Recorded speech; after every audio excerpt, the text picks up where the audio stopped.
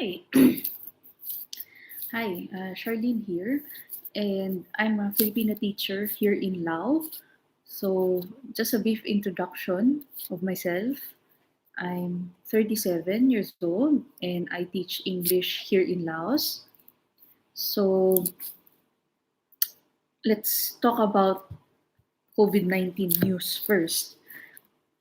Right now, we are on 2 weeks of lockdown until the 5th of May 2022 because the government has discovered that there's a new strain.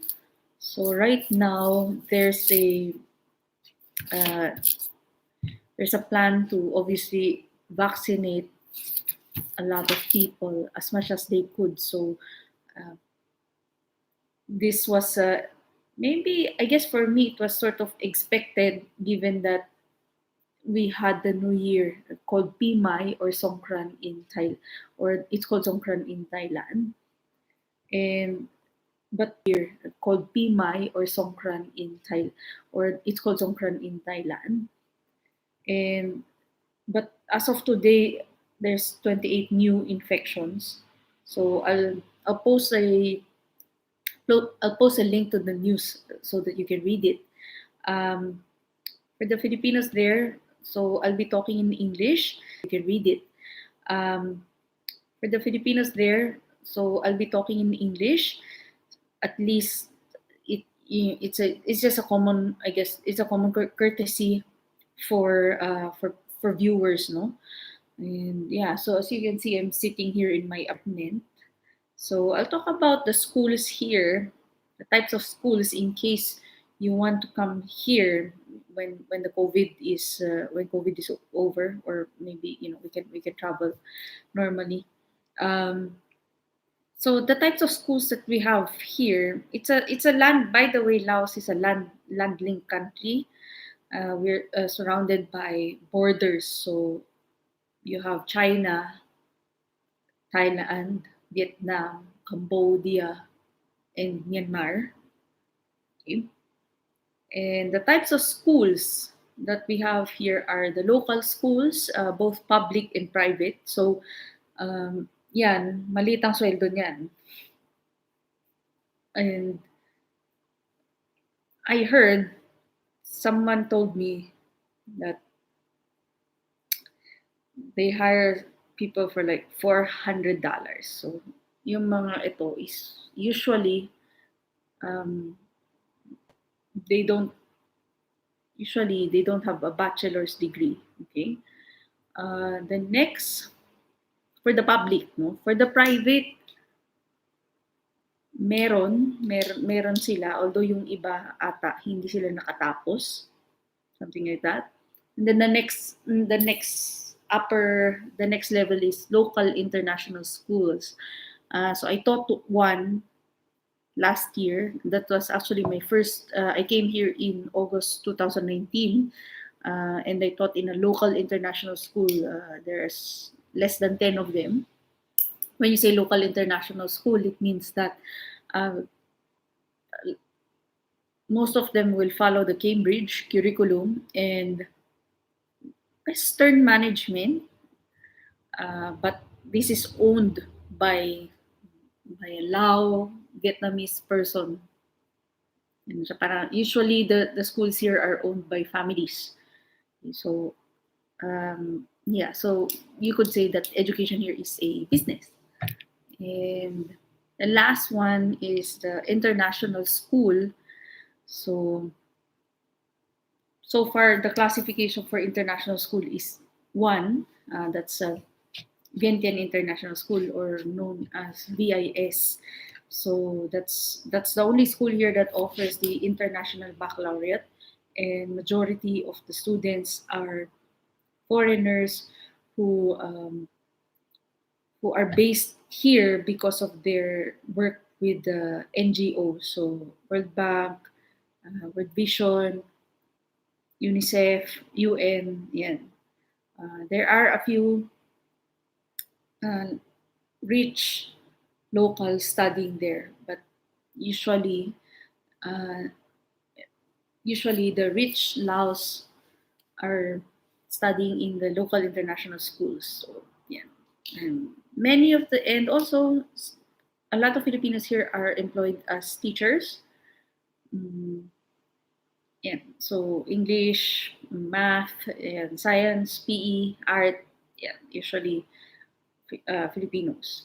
So in terms of contract, salary, and papers, um, papers here are very easy, like visas. Pagdating nyo, dito na kayo gagawan ng school nyo. So, it depends on what kind of contract you will get from your school. But in general, summer is not paid unless you are teaching. So, yeah, so that's up to you. You can go for vacation 1 month and then pwedeng in the next month balik kayo, turo kayo. That's entirely up to you. Salary wise, uh, if you teach in the local international schools, you should be okay. Uh, but I think you should ask for at the very least 1,000 US dollars. We use dollars here for big transactions like um, yeah, uh, paying rent or bibili kayo ng motor, ayan, sasakyan. Um, Thai baht is also widely accepted. They have their own currency called Laotian kip, but that's mainly used for everyday things like buying food, groceries.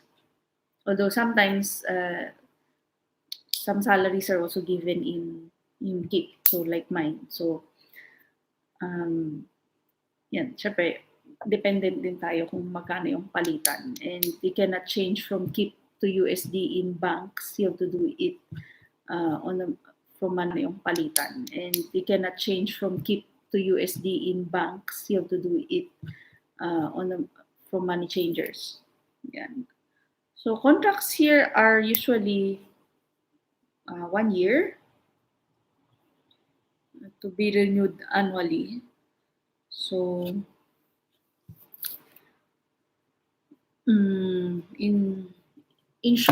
health insurance, in my school, they just provide you like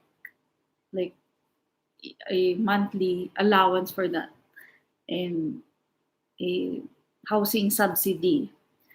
So try to talk to them. Actually, this is the thing with the Philippine embassy is that they're trying to negotiate on behalf of the Filipinos who are employed in schools here that to give them private insurance. Under this, I have to be honest, this country is underdeveloped. So, yung mga, like for example, in Thailand, if you, the school and you will pay for social service, gaya ng SS natin, and then, kung mababalitaan nyo na someone got a Filipino teacher got hospitalized and then wala na, they didn't pay for anything more, it means that yung school at saka si employee naghati sila dun sa bayad, and yun yung kinaganda ng Thai health system, no? So yung binabayaran mo talagang bumabalik din, balik sa tao. So yeah, you don't need, ang visa dito is very quick. 1 week pag papasa nyo ng requirements sa school, 1 week, okay na yan. So, sila nang bahala dun, wala kang babayaran. However, in other schools, it means half and half kayo. It means that they're going to pay 50%, you're going to pay 50%, or you're going to pay it monthly for a couple of months until by the end of, when you finish your contract, which is 1 school year, they will refund your money. So, yeah. So next time we'll talk about other things here. So right now online learning, and thank goodness Right now I'm a part-time teacher, so he- uh, I don't I don't have a lot of students. So yeah, um, I think for me this is the place to find yourself. Being a single person, medyo dito ko nakita yung confidence ko, a lot of introspection for me. And I think if you guys like outing, nature, this is the place for you. So see you next time. Bye. Thank you.